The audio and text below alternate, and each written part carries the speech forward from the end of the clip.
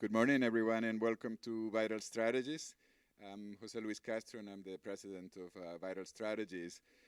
We began Vital Talks early this year to expand the discourse on public health issues.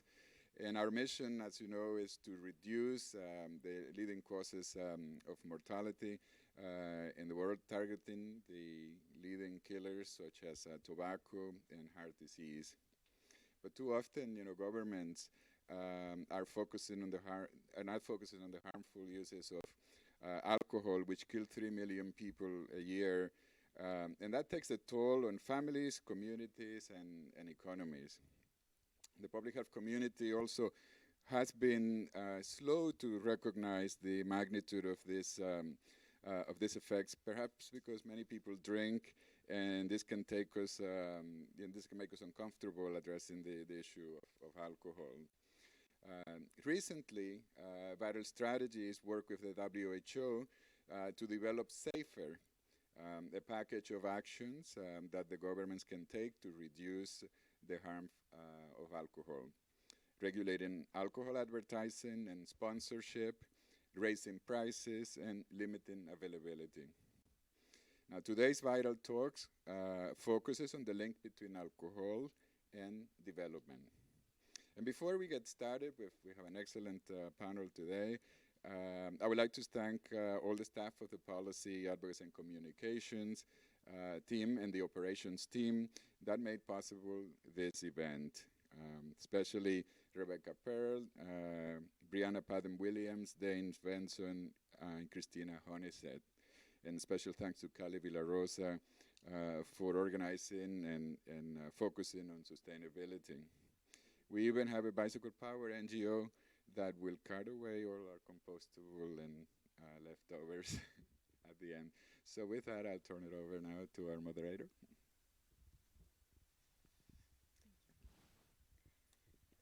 Good morning. I'm Diana Silver, and I'm thrilled to be here moderating this Vital Talks this morning. We have two really wonderful people who are going to talk to us about alcohol and development. And I want to just briefly introduce them before we get started.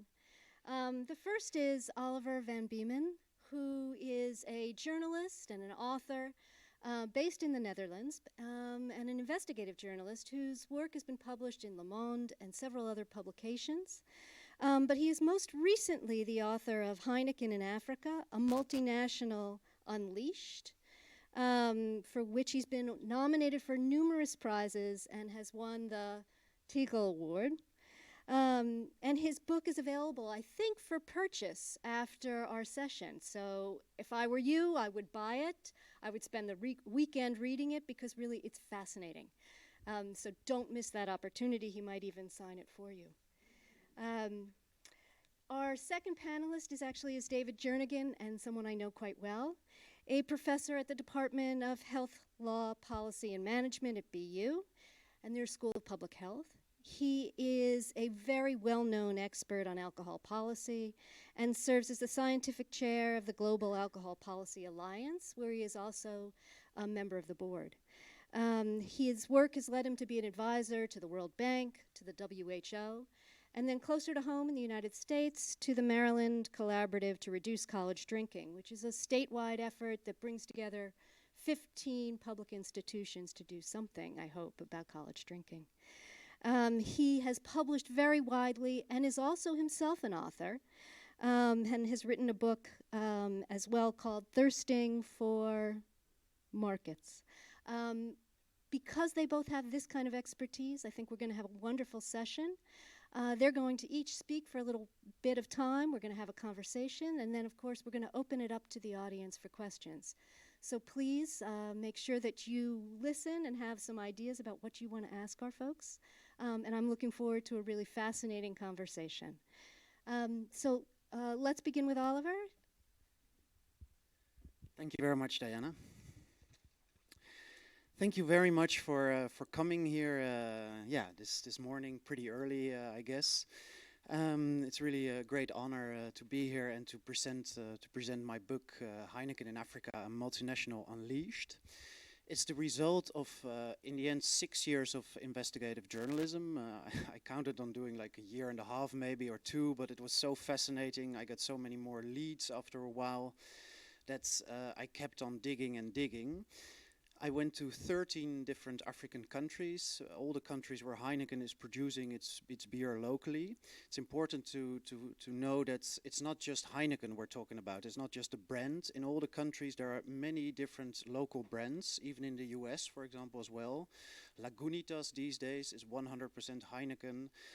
Mexican brands like Dos Equis, Tecate, that's also Heineken, Strongbow Cider, Amstel. It's a lot more than just a brand. The company is a lot bigger. So I spoke to more than 400 people, mostly in Africa, and I think that is one of the main contributions of my book. There is quite a bit of research maybe on companies in the developing world, in the emerging world, but most of that research is done from information that's coming from the multinational corporation themselves. I've been to a lot of academic conferences, congresses, even academics, public policy people. They base themselves often on the information that's been given to them by the corporations. And I went to speak to the people who deal with the company, the farmers who provide the raw materials, the distributors, the people who work for the company. So that's also the politicians who deal with the company. So that gives you a better idea of the real impact that a multinational company like Heineken is having in Africa. So I will present two, if I have enough time, otherwise one, but two big cases in the book. It's really, it's important to say as well that Heineken tries to respond that my book is full of incidents, basically. We're a big company and sometimes things go wrong, but I think the scope of the book really shows that it's structural. It's really a strategy often, the way they are dealing with things. So the first big case I would like to, that had a lot of impact, is about promotion women. These are young women. Heineken used to call them promotion girls. Now they say brand promoters or brand ambassadors even. But these promotion women, young women in all across Africa, who are selling the beer and promoting the beer in bars and in clubs. And while doing so, they are very often victim of sexual abuse, of sexual harassment. And actually, I asked a few of them in Nigeria, like, okay, if you don't want it, what can you do?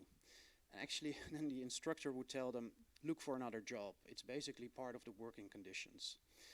So not only that, there's also, they have to have sex with bosses sometimes to get the job, to get more hours. They earn so little that it's very tempting to prostitute themselves after the job. So yeah, you could say that Heineken is actually a facilitator of prostitution in those African countries. And this is already very bad in itself. I revealed this, I uncovered this last year in March when my Dutch book came out. But it's not something new. Heineken acted as if it's something that wasn't known yet.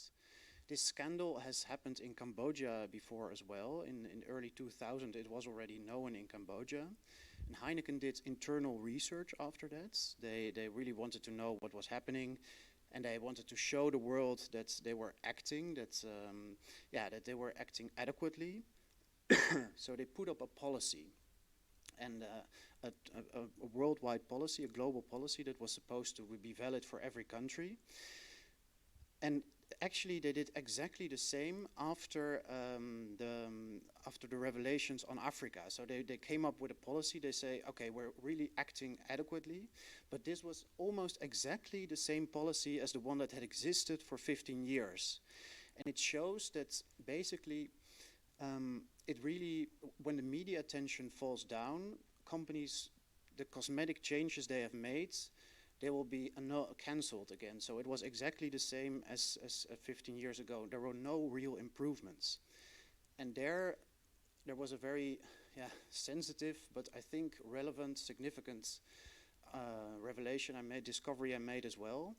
The current CEO of Heineken, when he was an expatriate in Congo, then called Zaire, he actually had a relationship with one of those promotion women himself.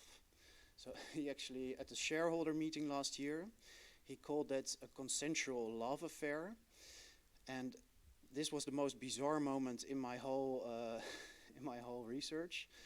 Actually, the audience the shareholders started to applaud the CEO after admitting that he had had this relationship with a promotion woman. So to me, this was really an example that, yeah, the hope for improvement within this company, at least with this CEO, he's still in place, are not very considerable, I would say.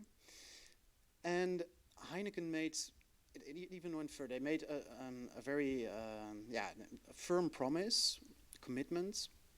They say if within 3 months from now we can't guarantee good working conditions for those promotion women, then we will stop the activity. We will withdraw the promotion activities from that country.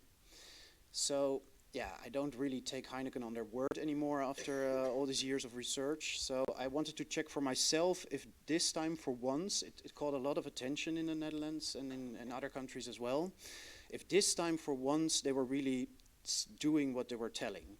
So surprise, surprise, I went to Kenya to see if the women were now working really under good conditions, and nothing had changed. They were still wearing the tight dresses, the short dresses in which they felt like prostitutes.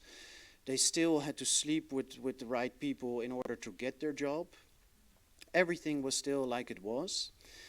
And then Heineken didn't keep its word. It didn't stop the activity. It said, well, it's not our responsibility. It's the responsibility of the agencies we work with. The agencies that hire these girls, they are responsible. We can't control everything. And in an interview, the CEO also said, Me Too is a Western phenomenon. So in Western Europe, we don't hire promotion women. That's not of our era anymore. That's not of our time. But there are cultural differences. So apparently it's acceptable that women work under these very risky circumstances in Africa, and in the West you wouldn't accept that. So yeah, I think that really shows over the long term that this problem has been very. It doesn't give you a lot of hope that they will quickly improve. I think my time is too short to talk about the Burundi case. We'll get to talk about that later during the panel. Thank you very much.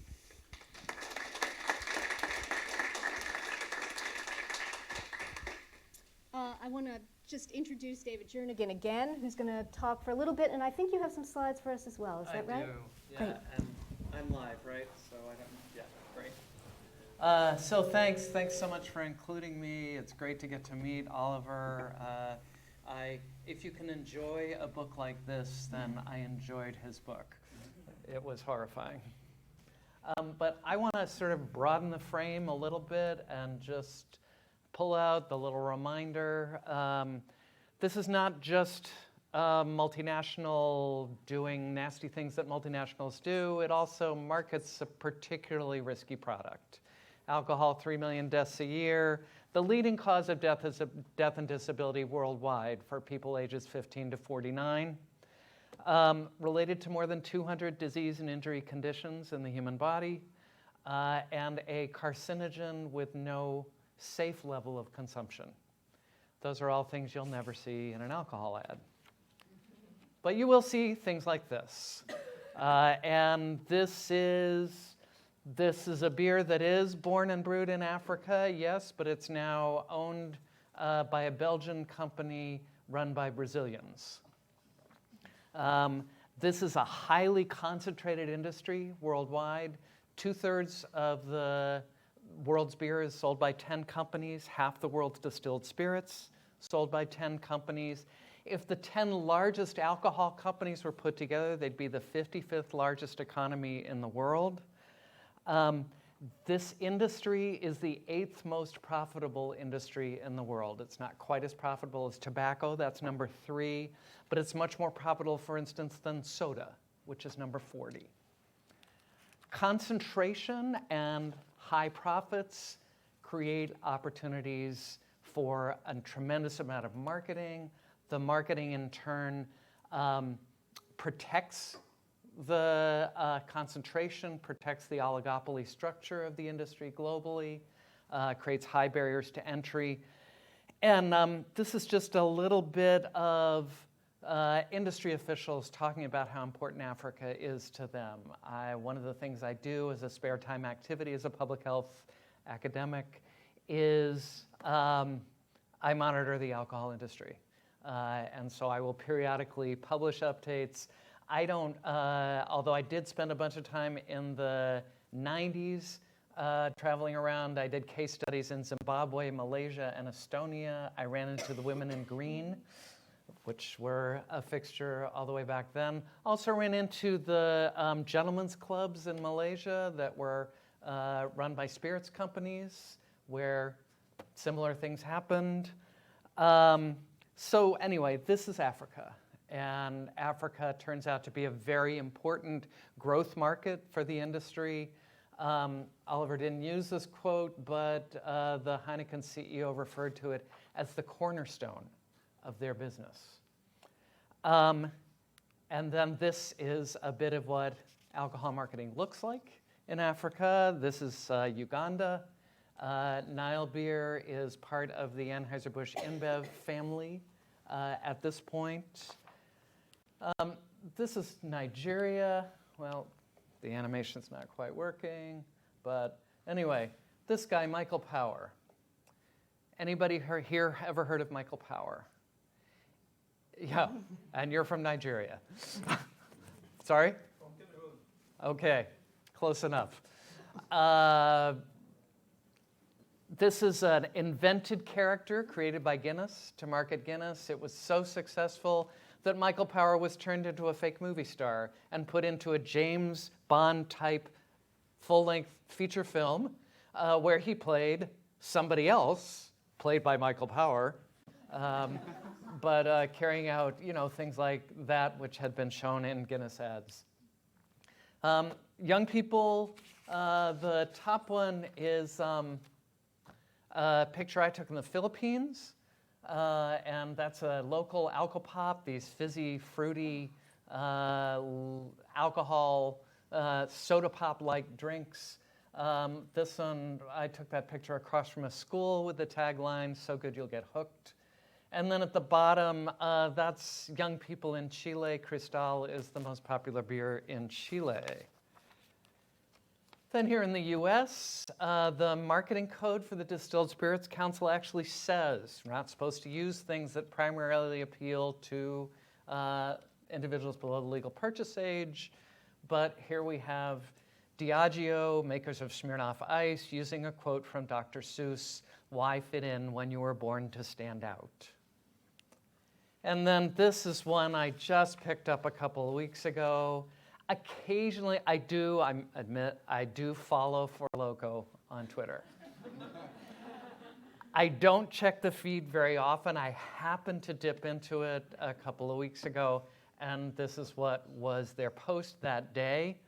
I actually was then at a meeting last week with the General Counsel for the Beer Institute, responsible for enforcing the beer industry code. And I pointed this out to her. She forwarded it to Fusion Projects, makers of Four Loko, and you will recognize this kind of language, Oliver. On behalf of Fusion, I want to apologize and thank you for expressing your concern. I want to assure you that the decision to retweet the tweet in question was a mistake. While we have procedures in place to closely monitor our social media marketing so that these types of communications are not disseminated, in this instance, the tweet slipped through the cracks. The company employee assigned to monitor our social media marketing recently left the company, and her replacement, who's still learning, simply missed this one. Please be assured that we've used this example as a training opportunity for our new employee to emphasize the importance of constant and diligent social media posting and monitoring. All right, alcohol is a health food. I have a whole other presentation I can do on this. Who knew that alcohol was so good for you? Guinness is good for you was the Guinness tagline throughout Africa in the 80s. When I was there in the 90s, people were still saying to me, well, Guinness is good for you. The one on the right, I took that in a grocery store in Malaysia in the mid-90s. She's recently a new mother leaning over her baby, because that 37% alcohol product contains more than 30 herbs and spices used in Chinese medicine for postpartum women. And then, of course, more recent things, ways that tequila is good for you, the whole health benefits thing, which we can talk more about. That is a collapsing literature. This is for Loko again. This is a binge in a can. It's 23.5 ounces of 14% alcohol. That's more alcohol than is in a six-pack. Sold as a single serving. But hey, it includes a wild Brazilian berry, part of the grape family, revered for centuries for its mystical healing powers. And of course, they use morality around the world. This is so interesting. You probably can't see them, but the taglines at the bottom for these Jack Daniels ads: if you build character, respect will follow. Integrity is the only way to craft. Now, this one at the bottom, again from the mid-90s, used all over the world. They got a lot of trouble for this in India and in Malaysia, which has a large Indian population, because it was Johnny Walker asking you to choose your favorite moral hero, and one of the choices was Mahatma Gandhi, who was not only a non-drinker, but wrote prohibition into the Indian Constitution. Alcohol and violence, I could do a whole thing on this. Real men use their fists. And then sexism. I mean, the sexism in these ads is sort of mind-blowing. The woman is always, it's not just the women in green who greet you. In the ads, the woman is dressed as the bottle. She is the product. She lives in the product. Heineken had the long, cool Dane in the 90s who literally lived inside of Heineken beer. The one on the right, the one at the bottom, what's your O face? That's the face you make when you drink 3 Olives vodka, right? And then the one at the top, that's the one that was targeting women. He looks so wonderful. And then that image was in a whole campaign targeting men, talking about the science of advertising, priming women to like men who drink who drink Molson. So just the last thing I want to say is that Heineken is not alone as a bad player here. Diageo, the world's largest spirits maker, was fined $12 million for bribing officials in India. Anheuser-Busch InBev, $6 million, same thing, same country. And then more recently, in May of this year, fined the equivalent of $220 million by the European Union for violating antitrust laws. So this is an industry. They are using, in some ways, the usual playbook, but again, it's the usual playbook to market a particularly destructive product.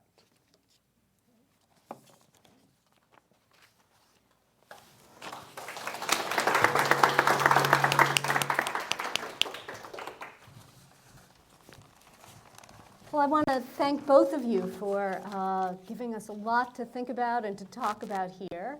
I'm going to ask everybody to make sure their cell phones are silent. I should have done that earlier, but let me do it right now. And I guess I had a few questions for each of you, and then again, as I say, I want to open this up to the audience to ask questions as well. But maybe to start, actually, Oliver, with you.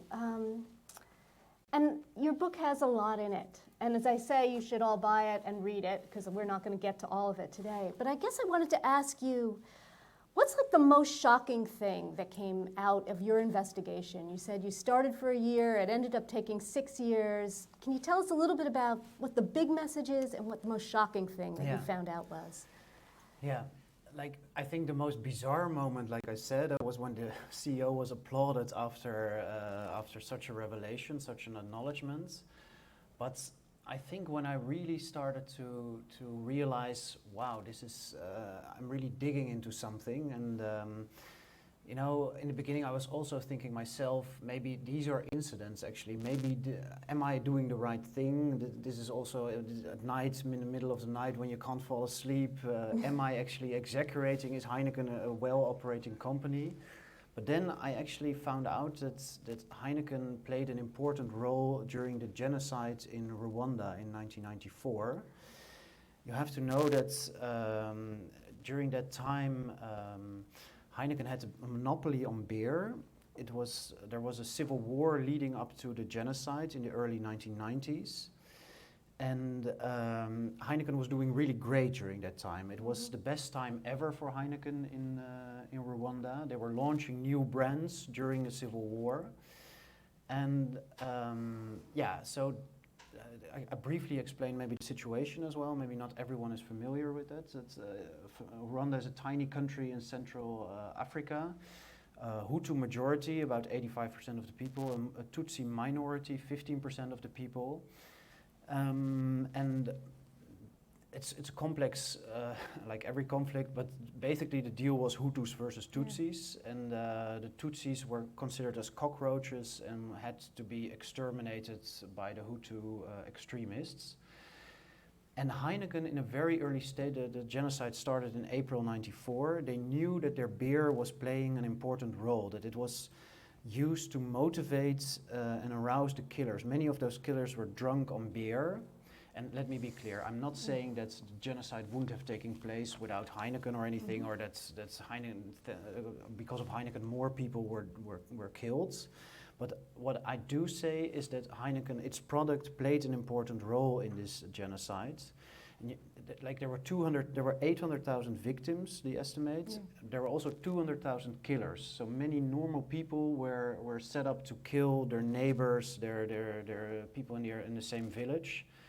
So in order to kill someone with the very primitive weapons they had as well, you had to be intoxicated. And Heineken having the monopoly on beer, you see in the reports on this event as well, that on this catastrophe, that Primus, which is the local Heineken brand, it played a really important page after page.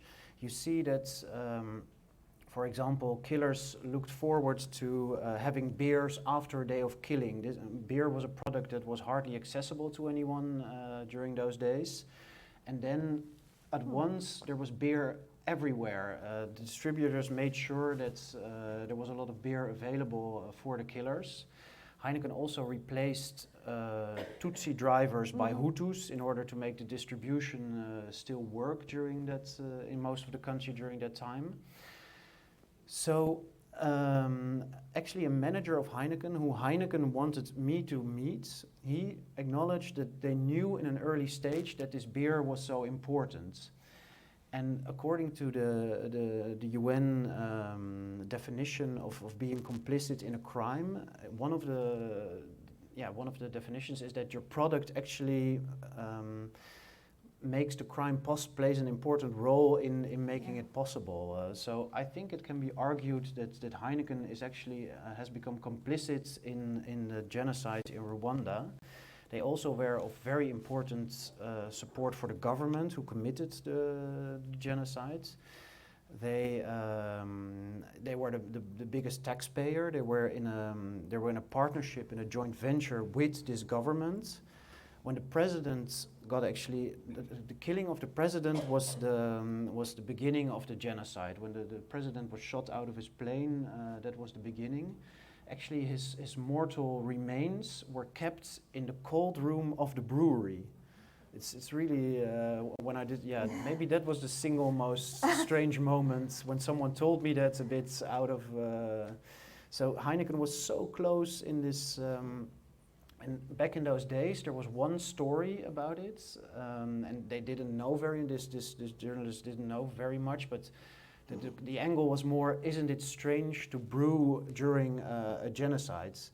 And the answer that the spokesperson gave at that moment of the brewery of Heineken was, as long as there's demand for beer and as long as we have all the materials to provide the beer, to supply, I don't see where the problem is.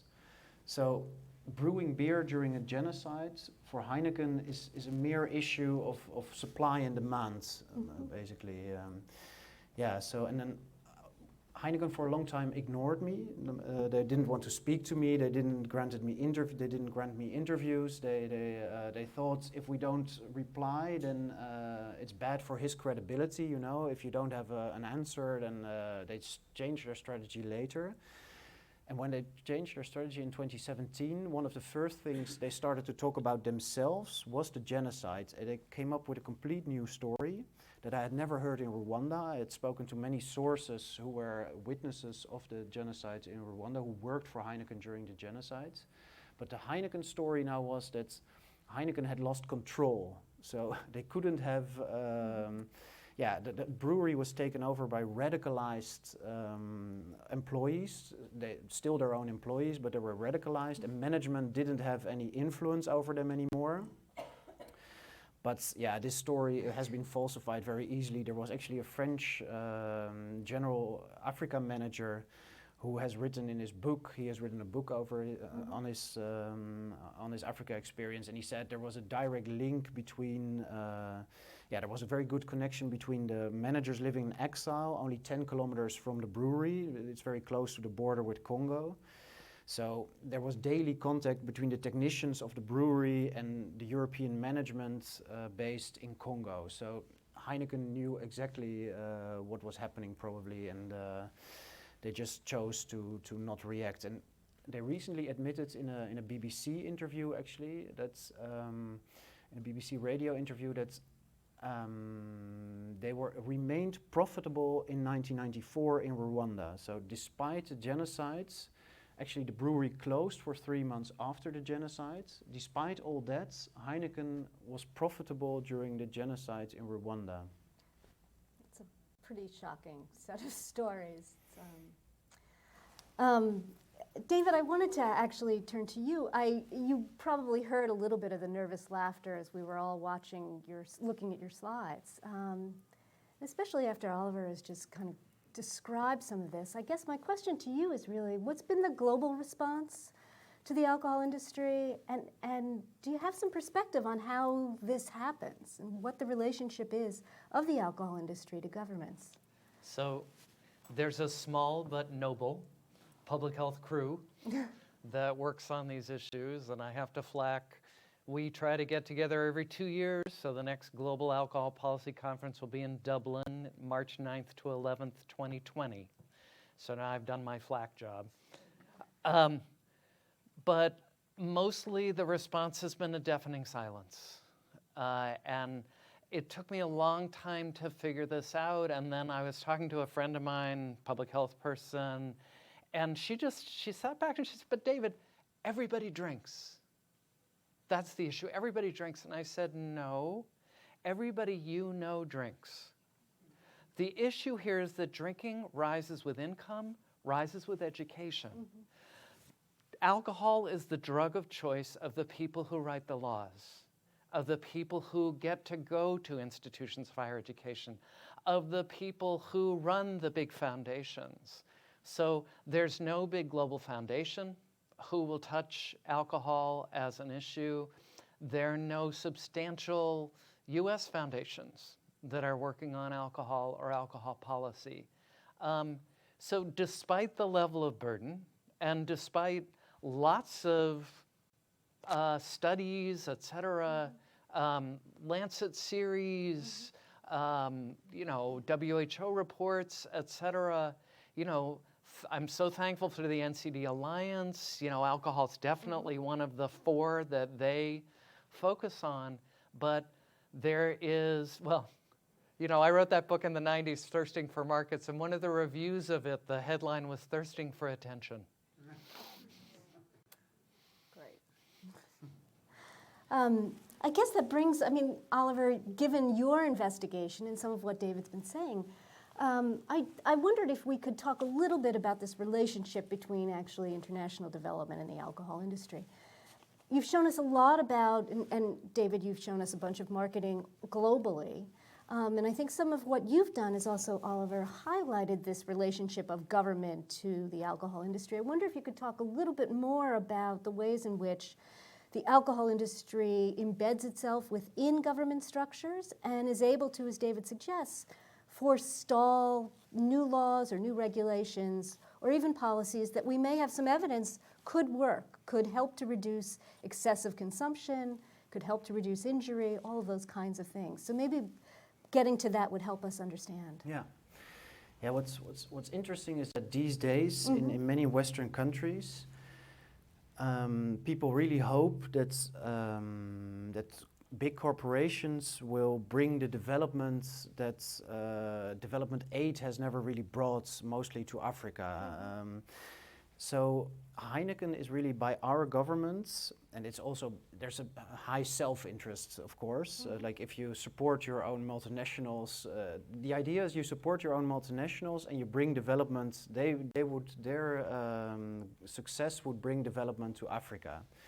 So what happens is, it's called the trade for aid, but aid for trade policy. Yeah? That's, what happens is that Heineken actually gets money, like millions of euros and also millions of dollars. US aid has given Heineken money as well to sustain its agricultural projects, which are basically investments. The idea behind agricultural projects in Africa is that the raw materials will be cheaper. So Heineken makes more profits, and local farmers, it's also beneficial to local farmers, so a win-win situation, and the Dutch government also wins because they help development. They like to speak a lot about win-win-win situations in those. Yeah. So, but I found out as well that this is like, it's almost a belief now that multinationals will bring development. And Heineken is often quoted even by our Prime Minister within the UN Assembly, the General Assembly in New York, a couple of years ago, just before my first book came out. It was actually quite good, quite a good pack. But he actually praised Heineken in Burundi, which is one of the most controversial countries in my research. He praised this company for helping the farmers, and it's already not very chic to praise your own companies at the UN. It's something that's like dignified head of states or heads of government wouldn't do. But it really shows that there's a belief now that Heineken will bring the development that development aid couldn't bring. And when I looked at this project, they had a target of 60% local sourcing next year. They will never tell you that when they set up the project, it was at 49% already, so the ambition was not as ambitious as presented. But the projects basically failed, and of course you can always show some farmers who benefited from it, and Heineken does so in little videos. You know, you have a happy farmer who has a better life thanks to Heineken. But the overall picture is that the percentage didn't increase. The percentage actually went down to 37%. So they went from 49 to 37. But in the meanwhile, they have good media coverage in like some of the most important news media in the world. You know, like Financial Times, Forbes had a big story on it. So it's really it's a marketing tool in the end, and it's growing together in Africa, they present it. But the real deal is that basically African consumers make Western shareholders very rich. Great. David, I wonder then if, given this relationship that Oliver has sort of laid out, and I think you've sort of said that there's not an enormous response sometimes from government, what about the philanthropic community? Do you see anybody stepping up? Is there a possibility to activate greater interest there? I'm sorry? Is there a possibility of activating greater interest? You know. Is there? Yeah. Can you talk a little bit about that response? And yeah, I mean, we certainly tried, Yeah. and we'll keep trying, and we're happy to talk to anybody, but no. Let me say a little more about alcohol and development, though, because this is something I've looked at a lot over the course of my career. I mean, early on, beer in Africa played a certain kind of important role in that a lot of the roads into the rural area were necessitated by the beer industry. The local beer, sorghum-based beer, it's only good within 3 and 7 days of its brewing. So it had to get out to the countryside when that supply was first industrialized.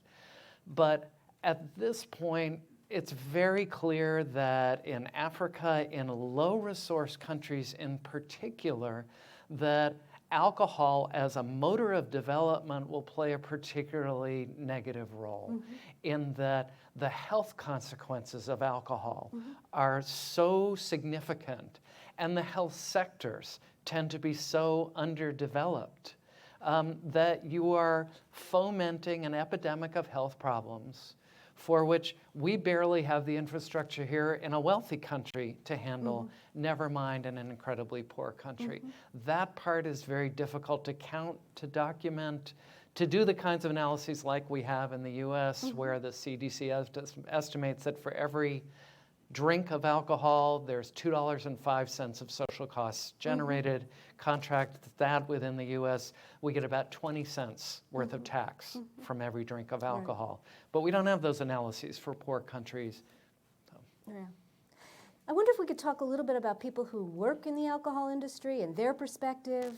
We've talked a little bit about multinationals and about the corporate sector, but I think, you know, Oliver, you started with some really upsetting stories, but I wonder if you could talk a little bit about your experience in talking to workers. Yeah, that's if you're like directly employed by Heineken, it's not so bad. I have to say, I also say things when they're positive. The wages are, like they say, competitive, and they're not very high, but not very low either. And they have like pretty good benefits, healthcare. This is better than many other employers in Africa. But the thing is, and I think that's really quite a shame, that the worldwide tendency of outsourcing as many jobs as possible is also really hit off in Africa, and I think that's unnecessary because the wages are so low, and like it started like everywhere with security people, with people working in the catering and that sort of things, but now it hits the core of the whole brewing process. People in the factory are more and more outsourced as well. It creates more flexibility. You can see with the CEO as well that if things go wrong, it creates an extra layer that he can say, we're not responsible of this. In a modern way of thinking about business, you are responsible on your whole supply chain. But still, people kind of buy it if you say, yeah, this is this agency, this is not us, you know? It's a point that people are sensitive about. So yeah, that's really a shame. And like one of the countries in Africa where workers have the best voices, because in many countries there's a bit of a people are used to not speak up, you know. It's almost like it's still the colonial days, there's not a lot of complaining in a sense, and they can't go anywhere else anyway. But in South Africa, which its history of protesting against apartheid, workers have more institutions as well to complain, and there you see that people are really getting more and more upset about the way Heineken is treating them. You have examples. Heineken says that they are now finished, but at least you had examples in a very recent past where people got paid by the units of production they were doing, and they were called to come to work, even if there was not a lot of work to be done. So there were cases, I've seen the documents, where people actually had to pay more for transportation than they would earn on a day. So they would actually pay to come to work, and yeah, that's more and more. The competition between the main brewers is so heavy in a sense that they want to have every last penny they can make. They want to have it. So that's why there's all this outsourcing taking place. There's just one thing I want to add there, which is folks who are working in the industry, they're doing their job. Their job is to make, market, sell alcohol. What troubles me is that in public health, we're not doing our job. That there has to be something to push back against this. And that voice has been largely absent. And would you say that's true in the US? Would you say it's true everywhere? I mean, are there standouts? Are there some variation? The Nordic countries have more than carried their weight for a long time, but with their absorption into the European Union and the shrinking of the alcohol monopolies there, the source for the funding for a lot of that work has shrunk as well. I mean, it's just, I can't say it enough times, there is no great place. You know, given that this is one of the 4 drivers of the non-communicable disease epidemic, given that it is, however you count, the 7th or 8th largest cause of death and disability worldwide, the alcohol team at WHO is, I don't know, maybe 2.5 FTEs. We have no one in the African regional office right now. We have no one in the Western Pacific office right now. We have one amazing woman in PAHO.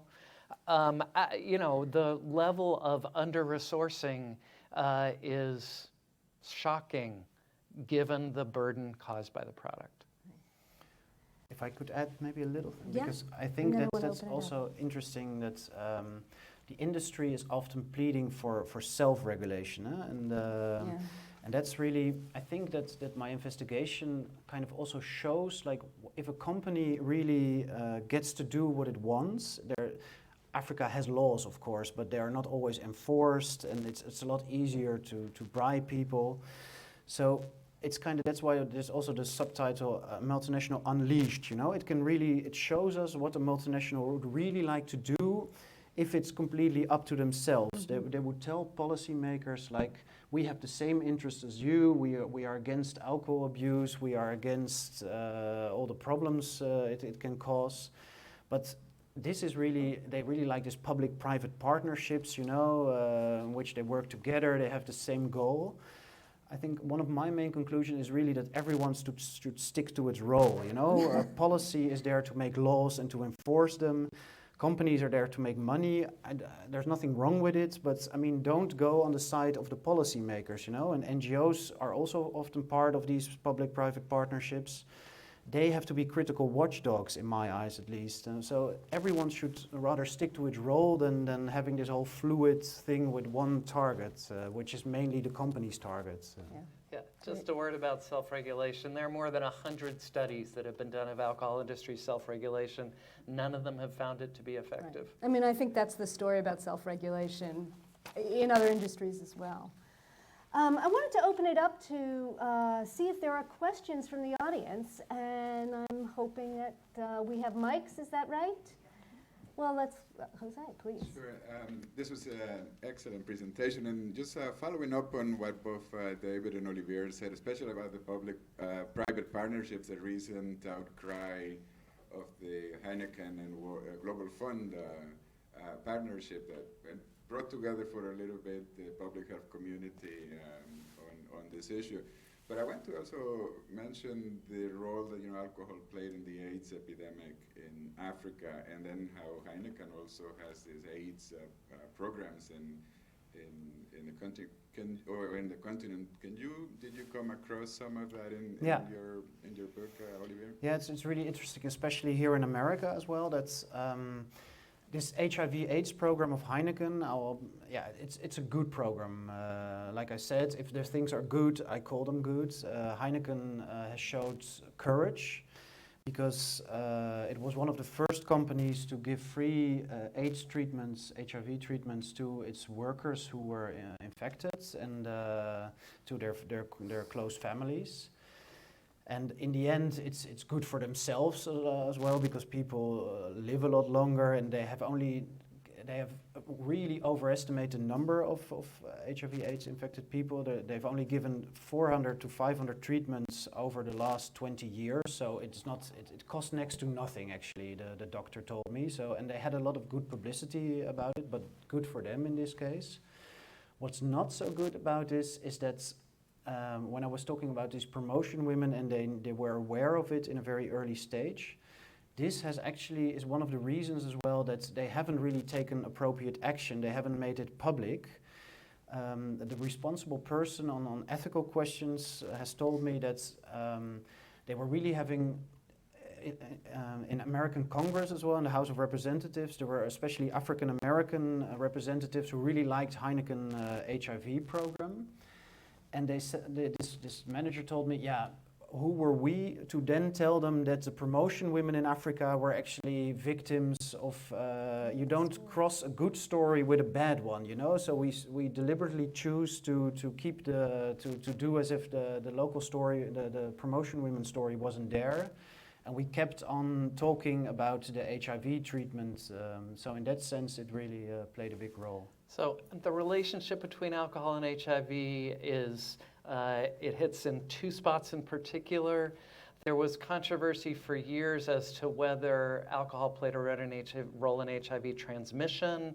The sense was these were just high-risk individuals who were engaging in too high-risk behaviors, but there wasn't a relationship. That has shifted. There are enough studies now. We know that alcohol plays a role in the transmission. And then on the other side, it also plays a role in adherence to antiretroviral therapy. So it's clear that there's a connection at this point from the public health research side between alcohol and HIV. Sorry, one small thing to add as well, that I actually spoke to the general manager of Heineken in Nigeria as well from the early 2000s, and there they launched a program to sustain a brand called Legends. It's similar to Guinness, and there they didn't hire promotion women but prostitutes. They hired over 2,000 prostitutes to promote this brand, because the idea that Guinness has actually launched, but Heineken serves on it as well in a sense, is that the stout beer, the dark beer, many African consumers think that it's good for sexual performances. So Shakespeare disagreed. So this manager also told me that one of his, this was really like the #1 person in Nigeria in the beginning of this century.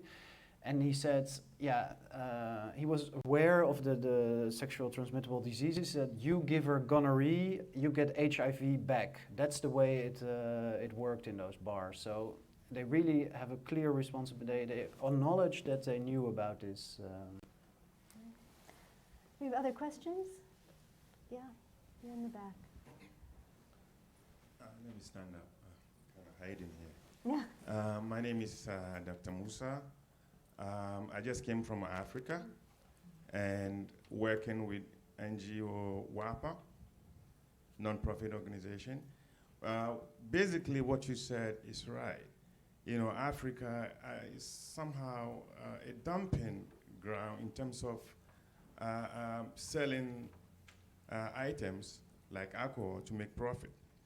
And we are trying our best to try and educate the people. I came from Ghana, I'm just from Ghana, to educate the people to be aware of alcohol effect, but it's very, very tough. There's a belief that when you take alcohol, your problem is eradicated.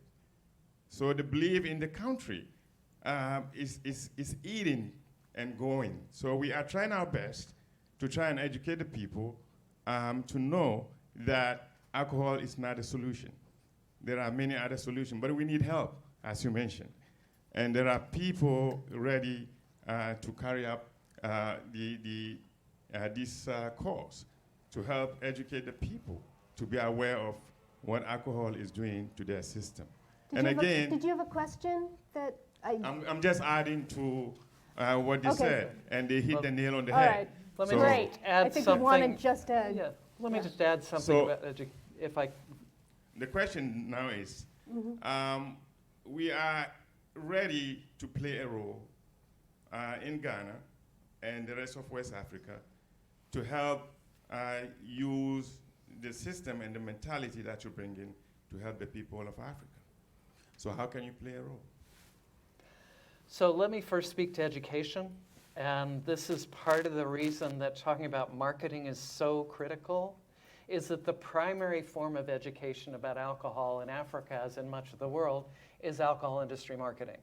And until and unless there are reasonable, effective restrictions on that marketing, no education campaign is going to have a prayer at making headway. So this is one of the three big things that's in the SAFER, the three WHO best buys. I call them the 3 A's. We've got to address alcohol's attractiveness through restricting the marketing. We got to address its availability and physical availability of alcohol very difficult to address in Africa because of such a large informal sector. And then we have to address its affordability. And this one is also difficult, again, because of black markets, informal production, et cetera, in African countries. But the one that could be addressed is the first one, which is attractiveness. Marketing. I mean, very few countries in the world have the US's commercial, First Amendment protections for commercial speech. There are so many things that country could do to give more room for those public health educational voices to get out by restricting the marketing. That's not happening. This is the kind of thing that we started to get more of in tobacco when we got a framework convention on tobacco control. And this is what a lot of us are saying now is really needed in alcohol. We have tried the global strategy approach at WHO, which is a voluntary member state approach. I'm one of the people charged with monitoring that approach. We've had it in place now for almost 10 years. It has made very little difference. The problem continues to grow, particularly in low and middle income countries. That's where the sales are growing, and that's where the problems are growing. And so there's increasing consensus in the alcohol field that we need a framework convention on alcohol control. We need something that is a global agreement that's got some more teeth behind it and that would hopefully have some more resources behind it if we're going to get some leverage against the 3 million deaths and God knows how much tragedy, family destruction, economic disruption, et cetera, is being caused. Additional questions over here? And if we can focus our comments on questions, actually, for our panelists. Sure. So just as to introduce my question, it seems like one campaign in the United States that has been very successful is the MAD campaign, which started with advocates who saw how alcohol destroyed their life, and then I don't know the full history, but gathered the support. And certainly in my lifetime, the thought of driving while drinking has completely changed. Everybody knows you don't drink and drive and the dangers of that.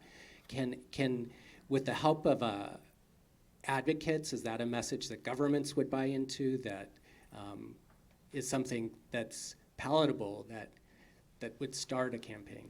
So Oliver should talk about what he found in the NGO community. I absolutely cheer on, work with advocates. We love the work that MAD did. We wish it had continued and gone further. In that, I was on the National Academy of Sciences panel that looked at drinking driving in this country last year. We have stalled in our progress. We've stalled in our progress because we don't deal with the taxes. The alcohol industry in the US just got an 18% tax cut at the federal level as part of the 2017 package. And we don't do 0.05 in this country. We do 0.08, which makes us an outlier across the world. That said, the model of MAD, of citizen engagement, very important. And in particular, that piece that MAD focused on, which is harms to others than the drinker. The collateral damage from alcohol is so huge, whether it's in a family where the male breadwinner is a drinker and the effects on everybody else in the family, the loss of school fees for the children in so many African countries, or whether it's interpersonal violence. I mean, here in the US, CDC estimates 47% of homicides would not have happened without alcohol in the picture. 47%. That close relationship between alcohol and violence is what I wanted to comment on the Rwanda situation. We know alcohol is both a biological disinhibitor and a social disinhibitor. I was drunk. I don't remember, therefore in some way I'm not responsible for the violence that I've committed. And we know that also the alcohol industry has been happy to take on the so-called messages of responsible drinking. And I think you point out some of this in your book. Is that right? Can you just describe? Yeah.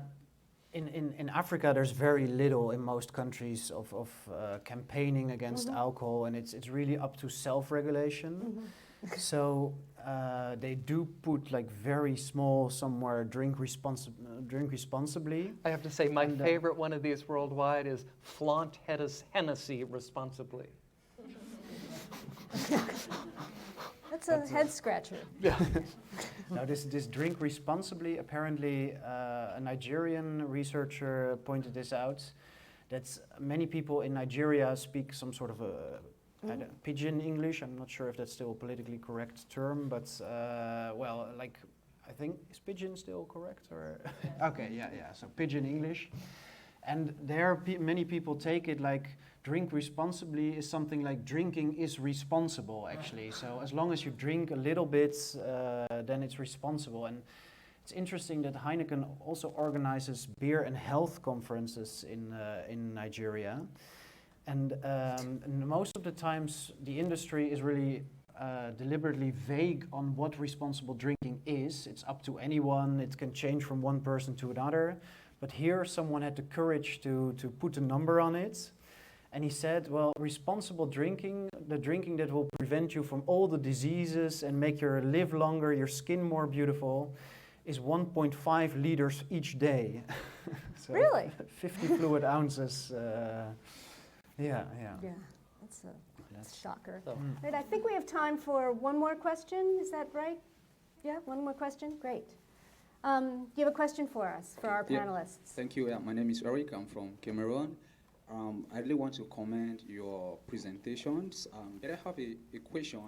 I come from a country which has been, I think, the second or third country recognized as the country that consumes alcohol really more than every other country, I think after Germany or so. But there is a problem that I want you to help address.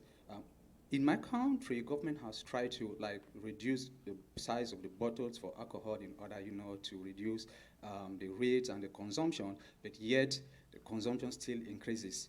And also, government has levied taxes, to some of these companies, in order to increase the price per bottle and all of that. But yet, there is still, that urge, that desire to consume and consume again. So I want to ask you, what do you think, government and partners and, what can be done in order to help curb the consumption of alcohol in these African countries? Thank you. Yeah.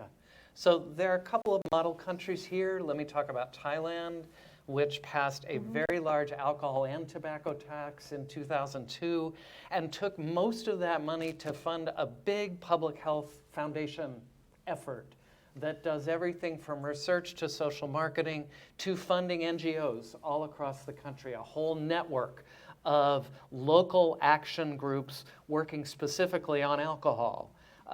Thailand, you would expect that what happened in Japan, Korea, et cetera, would happen in Thailand. As national incomes rose, so would alcohol consumption. In fact, what's happened in Thailand is it went like this, and then it's leveled off. It's leveled off at a lower level than we would have expected. Again, the tax, the NGO and grassroots activity, strong limits on advertising. So another model country I'll mention, not a particular popular country in the US right now, but Russia. Russia is notorious for their alcohol problems, but what is not well known in this country is, again, since roughly 2002, Russia has done everything we say in the public health toolbox you should do about alcohol, and Russia's alcohol problems have ebbed considerably in just the way that you would expect them to. In both of these situations, I would argue that the key ingredient has been political will. And political will in a democratic country relies on groups like this one, on NGO community, on advocates and advocacy, and that's really what's missing for us around alcohol is the political will. I'm so grateful to Oliver and people like him who do the investigative journalism work that they do, or we wouldn't know nearly as much as what we know about what these companies are actually doing on the ground. But in public health land, we have the data. We put together these huge global status reports every 3 to 4 years from WHO. And the news every time is we're not making progress. And I would argue that we're not making progress because we haven't been willing to do the things that will make a difference and to put the resources behind that doing.